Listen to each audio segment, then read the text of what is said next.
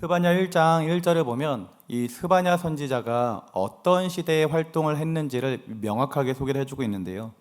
이 스바냐는 요시야 왕 시대 때 활동했다라고 기록이 되어 있습니다. 요시야 왕 많이 들어본 왕이시죠?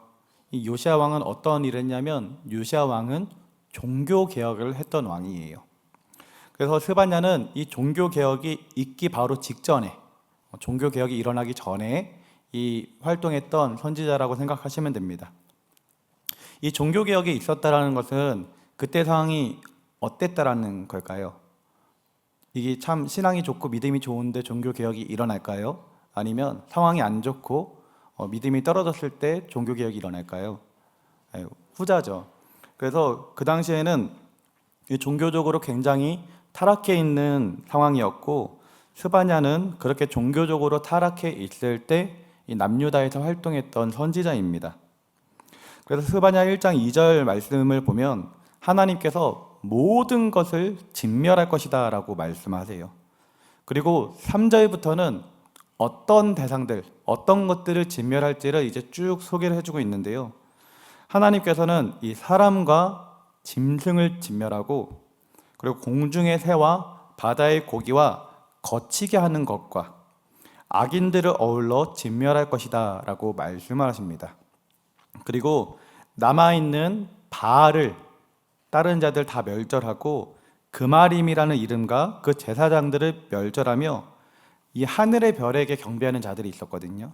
하늘의 별에게 경배하는 자들을 멸절하고 말감을 가리켜 맹세하는 자들과 우리 여호와 하나님을 배반하고 따르지 않는 자들을 다 진멸할 것이다 라고 하나님께서 말씀하세요.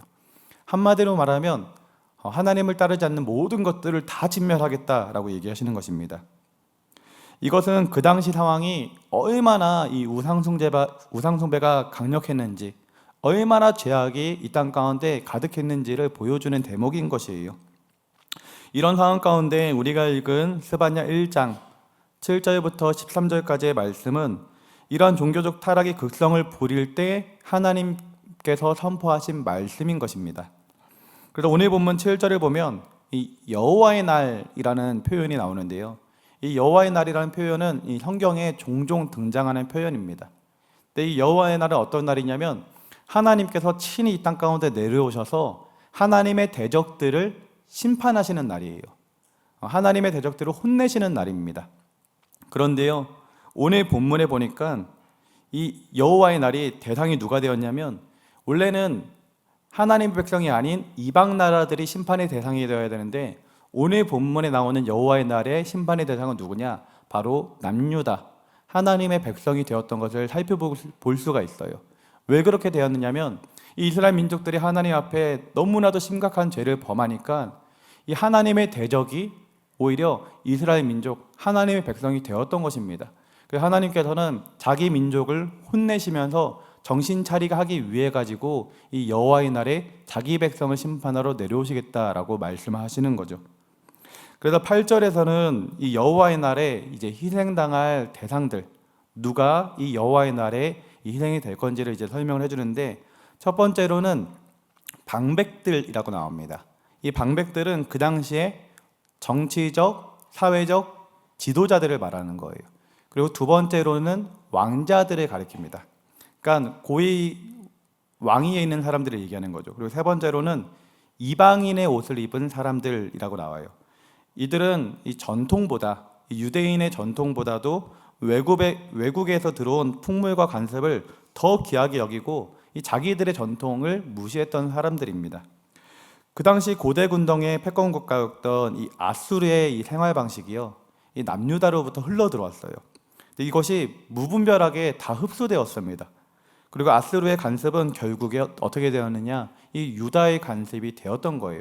그러니까 하나님을 믿는 사람들이 하나님을 믿어야 되는데 다른 문화가 들어오니까 그 문화 가운데서 구별되게 살아야 되는데 구별되게 살지 못하고 완전히 동화되어 가지고 우상을 숭배하고 또 죄악을 저지르는 그런 모습이 가득했었던 것이죠. 이어지는 이제 9절 말씀에는 여호와의 희생의 날에 또 희생 제물로 끌려오게 될 대상들을요 몇몇 더 소개를 해주는데, 첫 번째로는 문턱을 뛰어넘는 자들이라고 합니다. 이 블레셋 법에 따르면요, 이 신전의 문지방에 이렇게 문지방이 있지 않습니까? 신전의 문지방에는 이 신들의 영이 있었다라고 그들은 생각했다고 합니다. 그래서 문지방을 밟는 거는 신을 받는 행위라고 해가지고 그 문지방을 밟지 않고 그곳을 지나갈 때면 이렇게 뛰어다녔던 거예요. 제가 어렸을 때도 좀 이런 얘기를 들었던 것 같은데, 어렸을 적에 이 문지방을 밟지 말라는 소리를 종종 들었던 것 같습니다. 고개를 끄덕끄덕 하는 거 보니까 그런 얘기가 다들 들어보신 적이 있으신가 보죠. 저는 전혀 완전히 잊어버리고 있다가 이 말씀 준비하면서 문득 아주 어렸을 때의 기억이 살짝 떠올랐는데, 그랬던 적이 있었던 것 같아요. 아마 문지방을 밟으면 뭐 복이 나간다 이런 얘기를 하면서 밟지 말라고 했었던 그 교육을 받았던 기억이 있는 것 같은데, 아마도 이런 종교적인 미신적인 부분들이 있어서 그랬던 것 같아요. 따라서 문지방을 뛰어넘는 자들이라는 것은 이방인의 미신적인 종교 풍습을 따라 행동하는 자들을 가리키는 거예요. 그리고 또 다른 자들, 포악과 거짓을 자기의 주인의 집에 채운 자들을 이제 심판하신다고 합니다. 그래서 정리하면 어떤 사람들을 심판하냐면 방백들, 고위 간직에 있는 사람들, 그리고 왕자들, 그리고 세 번째로는 이방인의 옷을 입은 자들하고 문턱을 뛰어넘은 자들, 그리고 포악과 거짓을 일삼는 자들, 이런 사람들을 하나님께서 혼내신다라고 말하고 있는 거예요.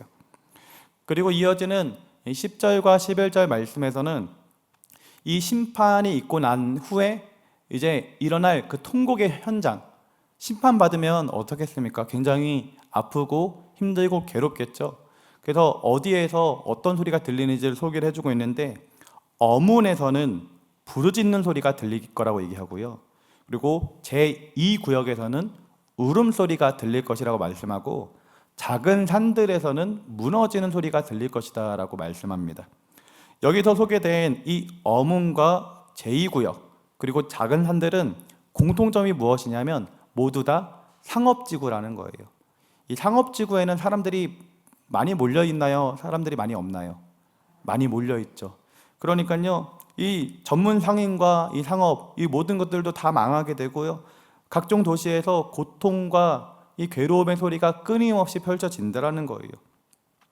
그리고 여호와의 희생의 날, 이 심판의 날에 하나님이 등불을 들고 이제 특정한 사람들을 이제 색출해낸다고 12절에 나오는데요, 어떤 특정한 사람들을 색출해내서 그 사람들을 혼낸다라고 얘기를 하는데, 그 사람들이 어떤 사람들이냐면 12절에 보니까 찌꺼기같이 가라앉아서 스스로 이르기를 여호와께서는 복을 내리시도 아니하시고 또 화도 내리지 아니하신다라고 말하는 이런 사람들을 찾아가지고 하나님께서 심판하시겠다라고 말씀하십니다.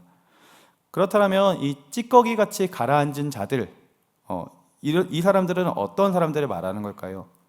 이 찌꺼기같이 가라앉다라는 문구는요, 이 포도주를 생산할 때 나오는 그 모습을 은유적으로 표현한 것입니다. 이 포도주를 만들 때 통상적인 절차가 어떻게 되냐면, 포도를 다 수확한 다음에 굉장히 커다란 틀 속에다 넣고 밟아서 이제 추출된 포도주를 이제 부대나 아니면 나무, 통, 항아리에 담게 됩니다. 그리고 약 40일 정도를 이제 포도주를 숙성을 시킨다라고 해요. 그 찌꺼기들과 함께. 그런데 이때 40일이 지난 후에는 이제 새로운 통으로 옮겨 담게 되는데, 그때는 그 찌꺼기들을 다 제거를 해야 된대요. 그때 찌꺼기들 제거하지 않으면 어떻게 되냐면, 이 찌꺼기가 너무나도 걸쭉해져 가지고 포도주가 과하게 진해지거나 아니면 시럽처럼 끈적끈적해지는 거예요. 그러면 맛은 이 포도주가 더 달 수는 있는데 더 쉽게 상하게 되고, 이 맛이 오랫동안 일정한 게 아니라 조금만 시간이 지나도 맛이 변질된다라고 합니다. 그래서 포도주가 이제 만든 후에는 40일 있다가 새로운 곳에 담을 때는 이 찌꺼기를 다 제거하고 포도주만 담아야 한다라는 거죠.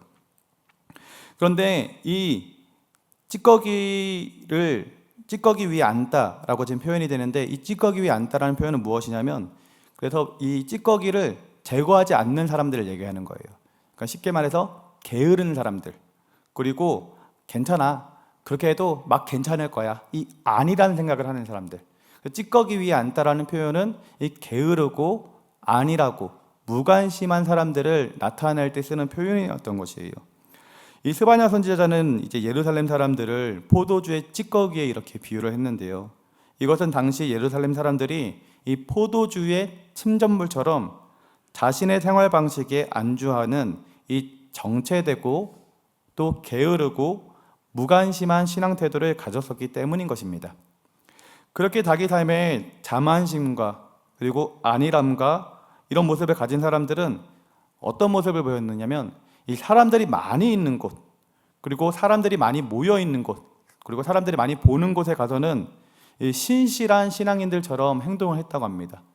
근데 반대로 사람이 없는 곳, 그리고 밤이 되면 이 낮에 보였던 모습과는 정반대의 모습을 보이면서 굉장히 악한 모습을 많이 보였더라고요.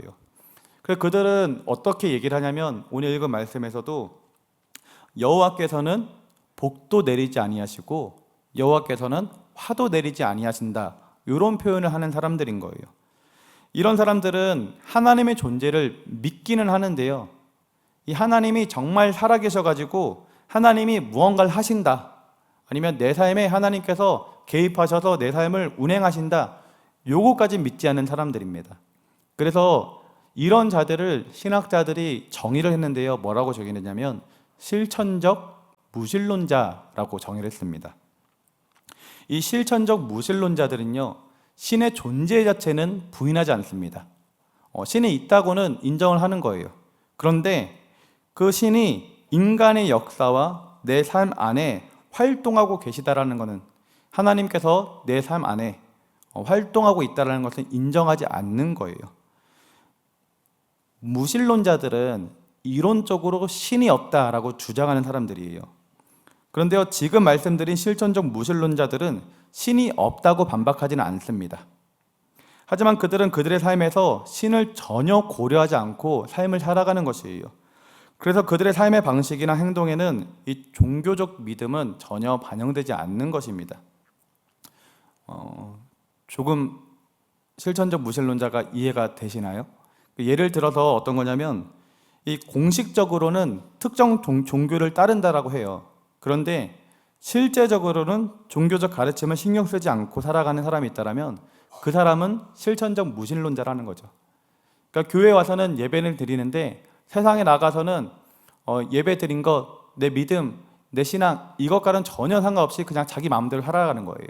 그냥 교회에 와서 예배만 드리고 하나님이 있다라는 것 정도만 그냥 알고 있는 정도로 살아가는 사람들인 거죠.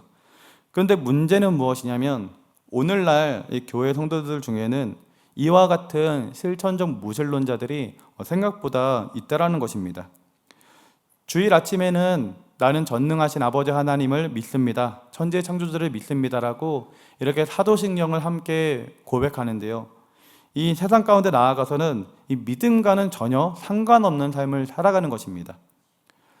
예전에 그 청년 시절에 어떤 나이 많은 형이 교회에 새신자로 와가지고 같이 신앙생활 했는데 이 다른 교회에서 신앙생활 오래 하다가 오신 형이었어요. 근데 예배 다 끝나고 같이 밥 먹자라고 해서 밥을 먹는데 너무나도 자연스럽게 갑자기 술을 시켜가지고 술을 이렇게 드시더라고요.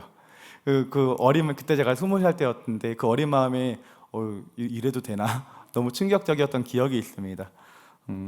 2015년에 이 대한민국 정부가요, 이 10년 만에 인구 조사한 결과 중에서 많은 것들을 조사했겠지만 그 중에 대한민국 국민들의 이 종교 분포들을 조사한 적이 있습니다.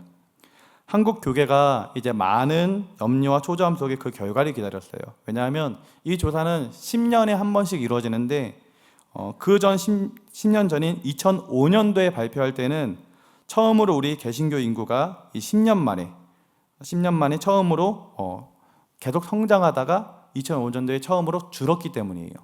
10년이 지난 2015년도에는 이 더 줄었을까봐, 또 너무 많이 줄지 않았을까 이 걱정되는 마음이 있었던 거죠.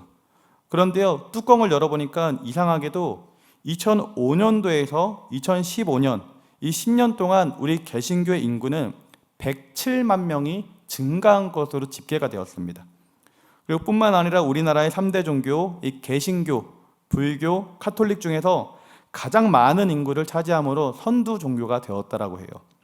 참 감사한 일이기도 하지만 이 집계가 과연 정말로 정확한 것인가 라는 의문이 생기기도 하였습니다. 왜냐하면 각 지교회별로, 각 교단별로 이렇게 조사를 했을 때에는 교회별로는 다들 체감하는 현상이 너무 뚜렷하게 나타나는데, 교인 수가 감소하고 교회 재정이 감소하는 것이 너무나도 뚜렷하게 나타나는데 그 조사에서는 늘었다라고 하니까 이게 의문이 되었던 거죠. 뿐만 아니라 이 통계청의 발표에 따르면 이 기독교 대학생들의 비율이 생각했던 것과 다르게 몇 퍼센트가 나왔냐면 17%가 나왔어요. 많이 나온 걸까요? 적게 나온 걸까요? 네, 많이 나온 거예요. 왜냐하면 어떤 선교 단체에서 조사를 했을 때 기독교 대학생의 비율이 몇 퍼센트였냐면 3%밖에 되지 않았어요. 그러니까 선교 단체에서 조사한 거는 3%인데 국가에서 조사한 거는 17%라고 하니까 너무 차이가 많이 났던 거죠. 그래서 왜 이렇게 차이가 날까 이런 생각을 해보니까 학생들 중에 이제 문화적으로는 자신을 기독교인으로 여기고 있지만 실제적으로는 그리스도인으로 살지 않는 사람들이 많아지고 있다라는 이 결과를 우리가 받아볼 수 있었던 것입니다. 교회 성도들의 숫자는 줄어드는데 자신은 스스로 그리스도인이라고 여기는 사람은 줄어들지 않았던 거예요. 대학생 17%가 자신을 그리스도인이라고 하는데요, 그 중에 정기적으로 교회 나와서 예배를 드리고 또 봉사하고 헌신하는 친구들은 3%밖에 되지 않았던 것입니다. 그렇다면 왜 이런 현상이 생기는 것일까? 이 교리적으로 말씀을 알고 있는 성도들은 많은데요, 이 말씀을 내 삶에서 실천하는 성도가 많이 없기 때문인 것입니다.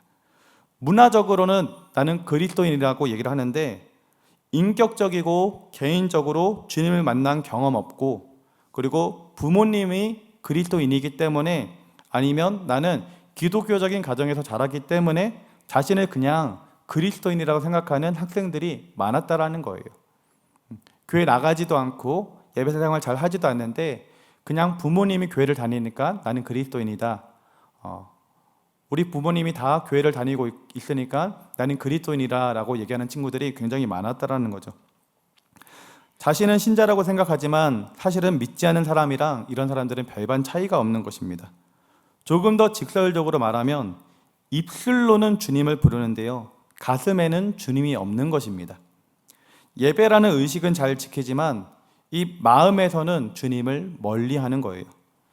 신약에 나오는 이 바리새인들 있지 않습니까? 그들의 모습과 비슷한 것입니다. 그들은 이 성경 말씀에 능통한 사람들이었습니다. 그러나 그들은요, 이 경건의 모양은 있었지만 경건의 능력은 없는 자들이었습니다. 먼저 그의 나라와 의를 구하라고 하셨는데 이 하나님의 일보다 세상의 일을 더욱더 소중히 여겼던 사람들이었던 것이죠. 우리가 지금 회복해야 될 것이 있다면 바로 이 실천적 무신론자로 살아가고 있는 모습이 혹시라도 내 안에 있지는 않은지를 살펴보고, 그것을 발견하고 내 안에도 혹시 이와 같은 실천적 무신론자와 같은 모습이 있다면 회개하며 돌이켜야 하는 것입니다. 그래서 이제는 가슴으로 우리 주님을 믿고 또 마음으로 우리 하나님을 사랑하고 이 주님이 주신 계명과 말씀에 민감하게 반응하며 살아가야 하는 것이에요. 그렇다면 우리가 어떻게 하면 이와 같은 실천적 무신론자와 같은 모습이 아니라 정말로 진실된 믿음의 자녀로서 삶을 살아갈 수 있을까요? 실천적 무신론자가 되지 않기 위해서 우리는 하나님은 살아계셔서 일하시는 하나님이라는 것을 굳게 믿고 확신해야 합니다. 여러분, 하나님은 살아계신 하나님이십니다. 그리고 하나님은 지금도 일하시는 하나님이십니다. 과거에만 역사하셨던 하나님이 아니라 지금도 살아계셔서 역사하시는 하나님이신 거예요. 그리고 다른 사람에게만 역사하시는 하나님이 아니라 지금 내 삶에도 역사하시는 하나님이신 것입니다. 실천적 무신론자들은요, 이것을 믿지 않는 거예요. 하나님이 있다라는 것은 믿어요. 그러나 하나님이 지금 우리의 삶에 와서 내 삶에 개입하고 역사한다는 사실은 믿지 못한다라는 것이죠. 사무엘상 17장 말씀을 보면 이 다윗과 골리앗 싸움이 나오게 되는데요, 그때 다윗이 보여준 이 믿음과 행동은요, 저에게도 굉장히 큰 도전이 되고 우리 성도님들에게도 참 은혜가 되는 모습을 보여주었습니다. 그 당시에 다윗은 소년이었어요. 그래서 이 전쟁에 나갈 수도 없을 정도로 어린 아이였기 때문에 이 아버지의 심부름으로 전쟁에 나가 있는 형들에게 이 먹을 것을 심부름해주는 그런 역할을 하고 있었습니다. 그래서 아버지께서 이 형제들한테 먹을 걸 갖다 주라고 해서 심부름으로 이 전장에 오게 되었습니다. 근데 전장에 도착해서 보니까 어디선가 막 시끄러운 소리가 들리는 거예요. 자세히 들어보니까 어떤 장수가 나와가지고 여호와 하나님의 이름을 막 욕하고요, 이스라엘 민족들을 막 욕하면서 이렇게 아무나 나와서 자기랑 싸워보자라고 이 도발을 하는 거예요. 근데 이스라엘 민족 중에서는 그 골리앗 장군하고 싸울 만한 사람이 아무도 없었습니다. 이 골리앗 장군이 우리나라의 그 최용만 씨 있지 않습니까? 최용만 씨처럼 너무나도 거대하고 상상을 초월하게 크고 너무나도 강력해 보여가지고 그 누구도 나가가지고 싸울 엄두를 못 냈던 것이에요. 근데 다윗이 그 골리앗 장군이 하는 얘기를 듣더니 세상 말로 화가 나가지고, 아니 누가 감히 우리 하나님을 욕하는 거야?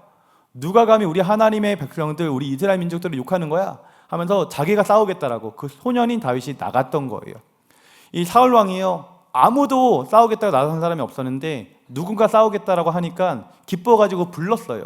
근데 불러서 보니까 이게 누구냐면 큰 용사가 아니라 조그마한 소년이 자기가 싸우겠다라 하는 거예요. 그래서 사울 왕이 실망해가지고 너는 아직 어려가지고 못 싸운다, 너 나가면 죽게 된다 라고 말렸는데, 그때 다윗이 뭐라고 얘기하냐면, 사울 왕이시여, 주의 종이 이 아버지의 양들을 지킬 때에 이 사자하고 곰이 와가지고 양들을 물어갈 때가 있었습니다. 그럴 때면 제가 무서워가지고 숨었던 사람이 아니라 그들을 쫓아가가지고 수염을 잡고 그들의 목을 베면서 양들을 다시 찾아왔던 사람입니다. 하나님께서 저와 함께 하시니까 하나님께서 이 곰과 사자로부터 저를 지켜주셨습니다. 하나님은 지금도 살아계셔서 저 골리앗 장군으로부터 저를 지켜주실 것이고 저로 하여금 승리하게 하실 것입니다. 이렇게 담대하게 선포를 했던 거예요. 그랬더니 사울 왕이 그래 나가서 싸워봐라 했고, 이 다윗이 물맷돌 하나만 들고 나가서 이렇게 물맷돌 돌려가지고 탁 던졌는데 그 한 번에 그 물맷돌로 말미암아 이 골리앗 장군이 쓰러지게 되고, 칼이랑 창 아무것도 없었던 다윗은 그 쓰러진 골리앗 장군에게 다가가서 골리앗 장군의 허리에 있는 칼을 빼내가지고 골리앗 장군의 목을 베면서 이 전쟁을 완전히 승리하게 되는 거예요. 이 말씀을 통해서 우리는 두 가지를 깨달을 수 있는데요, 이 어린 소년이 골리앗 장군을 쓰러뜨렸다는 것, 이것만 생각해도 무엇을 알 수 있냐면 하나님은 살아계신 하나님이시다, 하나님은 능력의 하나님이시다라는 걸 알 수 있어요. 두 번째 알 수 있는 것은 무엇이냐면, 이 다윗에게 있어서 하나님은 어떤 분이시냐면 과거에만 역사하셨던 분이 아니라 지금 현재에도 역사하셨던 분이라는 거예요. 우리는 이 사실을 믿어야 됩니다. 우리 사랑하는 성도님들, 신앙생활하면서 이 과거에 정말 은혜 많이 받지 않았습니까? 특히 70년도, 80년도, 90년도에 우리 한국교회가 부흥하고 할 때 정말 그 뜨거운 성령의 은혜를 체험하고 경험하지 않았습니까? 하나님은요, 그때만 살아계셨던 분이 아니라요, 지금도 살아계신 하나님이라는 것입니다. 우리 성도님들이 이 사실을 믿어야 돼요. 하나님은 과거에만 역사하셨던 분 아니고요, 저 사람에게만 역사하시는 분 아니고요, 바로 지금 나에게 역사하시는 살아계신 하나님이라는 것입니다. 이 믿음이 우리 성도님들 가운데 가득 있을 수 있기를 예수님의 이름으로 기도드립니다. 지난주에 이 청년부 수련회를 다녀왔습니다. 이 성도님께서 많이 관심 가져주시고 기도해 주셔서 하나님의 은혜 가운데 수련회를 잘 다녀올 수 있었어요. 이번 수련회 때 이제 이 명찰을 이렇게 한 명씩 다 주는데요, 어떻게 줬냐면 명찰에다가 이 수식어를 붙여놨어요. 그러니까 별명을 적어놨어요. 예를 들어서 내년도 청년부 회장, 그리고 내년도 찬양 인도자, 아니면 또 뭐 까칠이, 뭐 까불이, 잠만보, 이렇게 약간 성경적인 뭐 믿음의 조상 이런 것도 하고 좀 재미있는 것도 하고 해가지고 명찰마다 그런 수식어를 다 붙여놓고 한 명씩 나와가지고 뽑기를 시켰습니다. 그러니까 자기가 뽑는 명찰이 자기의 수식어가 되는 거예요. 그래서 그 저희 청년부에 그 외국인 친구가 한 명 있어요. 아기스라고 하는 친구인데 그 친구가 딱 뽑았는데 뭘 뽑았냐면 내년도 청년부 회장을 뽑았어요. 그리고 우리 서금영 권사님의 그 손자 우리 준서 형제 있지 않습니까? 준서 형제는 뭘 뽑았냐면 잠만보를 뽑았어요. 그래서 다들 너무 어울린다면서 장난쳤던 기억이 있는데 저는 뭘 뽑았냐면 눈의 아들이라는 명찰을 뽑았습니다. 눈의 아들이 누구냐면 여호수아거든요. 제가 이 명찰 뽑기를 왜 이번에 청년들하고 했냐면 제가 2010년도에 제가 청년 시절 때 이곳을 했었을 때 참 은혜가 있고 뜻깊어가지고 좀 재밌기도 해서 했었는데 2010년도에 제가 송구영신 예배 때 이 여호수아 1장 9절 말씀을 이 말씀 카드로 뽑았었습니다. 근데 그 말씀 카드를 뽑기 몇 주 전부터 하나님께서 제 마음 가운데 감동으로 너 올해 말씀 카드 뽑으면 여호수아 1장 9절 말씀 뽑을 거야. 강하고 담대하란 말씀 뽑을 거야 라는 마음의 감동을 계속 주셨었어요. 그런데 정말로 그 송구영신 예배날 명찰을 그 말씀 카드를 뽑았는데 정말로 그 말씀을 제가 뽑았었던 것이죠. 그때 그동안 제가 힘들었던 것, 정말로 외로웠던 것, 실패했던 아픔, 친구들한테 놀림받았던 것, 이 모든 상처가요 다 치유되는 시간을 가졌었어요. 그리고 2달 있다가 2월 달에 청년부 겨울수련회 갔는데요, 그때 명찰을 뽑았는데 뭘 뽑았냐면 눈의 아들을 뽑은 거예요. 눈의 아들이 누구냐면 여호수아예요. 그러니까 송구 영신 예배 때도 하나님께서 여호수아 1장 9절 말씀을 뽑게 하심으로 저에게 말씀으로 은혜를 주셨는데, 수련회 때 명찰을 뽑았는데도 여호수아와 관련된 눈의 아들을 뽑으면서 와, 이거는 하나님께서 나에게 여호수아 말씀을 확실히 주셨구나라는 그 은혜를 주셨거든요. 그래서 2010년도에 저는 그 수련회 때 이 치유되지 못했던 상처가 치유되는 은혜를 경험했고요. 2010년도는 저에게 터닝 포인트의 해가 되어서 그 후로 저는 아프리카와 에티오피아로 그때 선교도 다녀오게 되고, 또 그때 제가 신학을 하기로 하나님께 부름을 받아서 20살 때는 하나님께서 저를 주의 종을 불러주셨을 때는 하나님 저는 못합니다, 저는 그런 사람 아니에요 이랬었는데 2010년도에 하나님께서 선교를 다녀오면서 기도할 때 다시금 저를 불러주셔서 그때는 제가 하나님 순종하겠습니다 하고 제가 주의 길을 그때부터 가기 시작했거든요. 그리고 그 2010년도에 하나님께서 지금 같이 살고 있는 아내를 만나게 해주셔가지고 결혼까지 또 하게 해주셨어요. 그러니까 2010년도는 저에게 굉장히 특별한 한 해였습니다. 그런데요, 이번 수련회 때 제가 명찰을 또 뽑았는데 뭘 뽑았냐면 바로 눈의 아들의 명찰을 또 뽑은 거예요. 그래서 너무 놀랐습니다. 저는 아무 생각 없이 이 명찰의 그 수식어 중에 눈의 아들이 있다는 것조차 잊어버리고, 왜냐하면 지금 수련회 준비하고 5만 가지 준비할 것과 생각들 이거 다 차 있는 거예요. 제가 총책임자니까 얼마나 생각이 많고 앞으로 해야 될 것들에 대한 고민이 많았겠어요.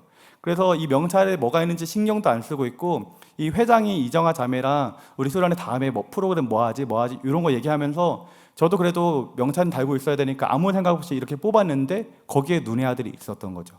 그것을 처음 보았던 순간 어떤 마음이 들었냐면, 하나님께서 2010년도에 이 여호수아 말씀을 나에게 주신 거는 정말로 우연이 아니구나, 하나님이 뜻이구나라는 것을 다시 한번 깨달았고요. 두 번째 깨달은 것은 무엇이냐면, 이번 수련에 하나님이 함께 하시겠구나, 하나님이 일하시겠구나라는 것을 느낄 수 있었습니다. 그때부터 그래서 저는 강하고 담대한 마음이 생기게 되었어요. 하나님이 함께 하시겠다, 하나님이 하시겠다라는 마음은요, 예배를 드리면 드릴수록 또 프로그램을 진행하면 진행할수록 더욱 강하게 찾아왔습니다. 그래서 저는 정말로 부족하여서 이 수련회를, 그리고 이 수련회의 모든 프로그램들을 감당할 자신이 없었지만 하나님께서 함께 해주시고 하나님께서 기름 부어주심으로 이 수련회를 우리 청년들과 함께 잘 마칠 수 있었습니다. 수련회를 끝나고 집에 와서 수련회 시간들을 뒤돌아보니까 내가 어떻게 이 수련회를 진행할 수 있었지? 내가 어떻게 그렇게 한 시간에 넘는 설교를 할 수 있었지? 제가요, 이 30-40분 넘는 설교를 해본 적이 없어요. 근데 수련회 설교 콘티를 보니까 1시간 돼 있는 거예요. 1시간 동안 설교를 해야 되는데 내가 사람들 앞에서 그렇게 많은 말을 할 수 있는 사람이라고 여겨질 정도로 저는 자신이 없었는데 하나님께서 하시니까 하게 되더라고요. 그래서 이 모든 것들을 돌아보니까 정말로 모든 것이 하나님의 은혜였고 모든 것을 하나님께서 함께 하셨다, 하나님께서 하셨다라고 고백하지 않을 수 없었습니다. 여러분, 하나님은요 살아계신 하나님이십니다. 지금도 살아계셔서 우리의 삶에 역사해주고 있고 우리를 붙들어 주시고 우리를 좋은 길로 인도해 주시는 사랑의 하나님이신 거예요. 사랑하는 성도님들이 하나님의 살아계심을, 그리고 그 하나님께서 나의 삶에 개입하고 있음을 믿으시기 바랍니다. 하나님의 살아계심을 믿지 못하고 살아계신 하나님이 나의 삶에 개입한다는 것을 믿지 못하는 모습은요 실천적 무신론자와 같은 모습이에요. 바라기는 우리 사랑하는 성도님들은 하나님의 살아계심을 확실히 믿으시기 바랍니다. 그리고 하나님께서 살아계셔서 나의 삶에 지금 개입하고 계시고 나의 삶을 인도하고 계시고 나의 삶을 보호하시며 나를 좋은 길로 이끌어주고 있다는 것을 확실히 믿으시기를 예수님의 이름으로 기도드립니다. 말씀을 정리하겠습니다.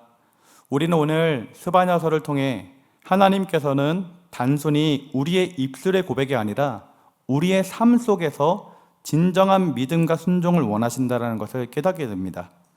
스바냐 당시의 유다 백성들은요, 이 종교적인 형태는 유지하고 있었지만 실질적으로는 하나님과 멀어진 삶을 살고 있었습니다. 그들은 우상을 숭배하고 세속적인 문화에 동화되었으며 하나님을 믿는다고 하면서도 그분이 살아서 역사한다는 사실은 부정하면서 살아왔던 것이에요. 이러한 모습이 바로 실천적 무신론자의 모습이며 오늘날에도 신앙을 고백하지만 실제 삶에서는 하나님의 뜻과 상관없이 살아가는 사람들이 많다는 점에서 우리에게도 큰 경고가 되는 말씀인 것입니다. 우리는 이런 실천적 무신론자가 아닌 살아계신 하나님을 믿고 그분의 뜻을 따라 행하는 믿음의 자녀가 되어야 될 줄 믿습니다. 하나님은 과거에도 역사하셨고 지금도 역사하는 분이십니다. 다윗이 하나님의 살아계심을 확신하며 골리앗 앞에 나갔던 것처럼 우리도 삶의 모든 상황 속에서 하나님이 일하고 계심을 믿고 나가야 될 줄 믿습니다. 믿음은요 단순히 지식이 아니라 우리의 실제 삶에서 나타나야 되는 것입니다. 그러므로 우리는 하나님을 입술로만 고백하는 신앙이 아니라 실제 나의 삶 속에서 하나님을 인정하고 하나님을 의지하며 순종하는 신앙의 모습을 가져야 될 줄 믿습니다. 하나님은 우리의 중심을 보시며 진실한 믿음으로 살아가는 자들에게 함께 하시고 역사해 주십니다. 우리의 삶이 하나님 앞에서 더욱 신실하고 충성스러운 삶이 될 수 있기를 예수님의 이름으로 기도드립니다. 함께 기도하겠습니다. 우리 이 시간 기도할 때 하나님, 우리에게 신실한 믿음 허락하여 주시옵소서. 하나님은 과거에만 살아계신 하나님이 아니시라 지금도 살아계신 하나님이시며 여전히 우리 가운데 일하시는 하나님이라는 것을 믿게 하여 주시고, 하나님 저의 삶에도 찾아와 주셔서 저희에게도 간증이 생기게 하여 주시고 하나님의 살아계심을 더욱더 경험하는 인생 될 수 있도록 인도하여 달라고 주님 이름 3번 부르고 함께 기도하겠습니다. 주여